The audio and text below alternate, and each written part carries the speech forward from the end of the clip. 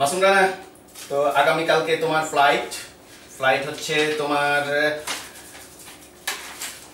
দুপুর 2:05 তুমি প্রথমে ঢাকা থেকে তোমার 2:05 ছেড়ে যাবে। তুমি ঠিক 11টায় ইয়েতে থাকবা এয়ারপোর্টে।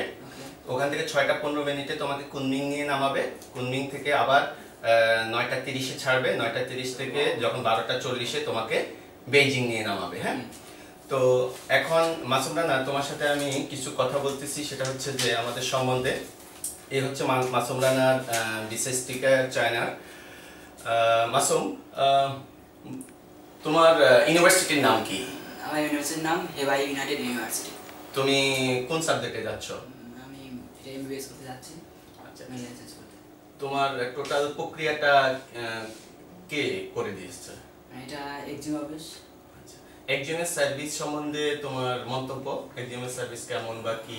আসলে মানে আমি যখন ভাবলাম যে চায়না যাবো, তখন অনেকগুলো ফার্ম করে দেখেছি, বাট তার মধ্যে আমি এক্সিমে যখন সন্ধান পাই তখন দেখলাম যে এক্সিমটা অনেক ভালো, এবং এটা আমাদের ওখানে যে ভাইরা কাজ করে সেটা আমাদের আন্তরিকভাবে এবং আমাদের ভালো সহযোগিতা করে। তাই আমি পরে সিদ্ধান্ত নিলাম এক্সিম অফিস থেকে আমি যাবো।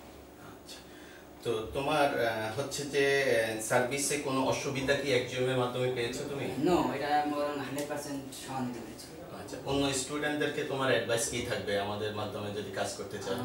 যদি অন্য স্টুডেন্ট বলে যে কেউ চায়না যাবে বা কোনো মেডিকেল বা ইঞ্জিনিয়ারিং পড়াশোনা করতে, তো আমি অবশ্যই বলবো যে এক্সামের ক্ষেত্রে এটা অবশ্যই 100% ভালো। গুড। তো তুমি হচ্ছে যে চায়নাতে গিয়ে ডাক্তারি পড়ার জন্য যাচ্ছ।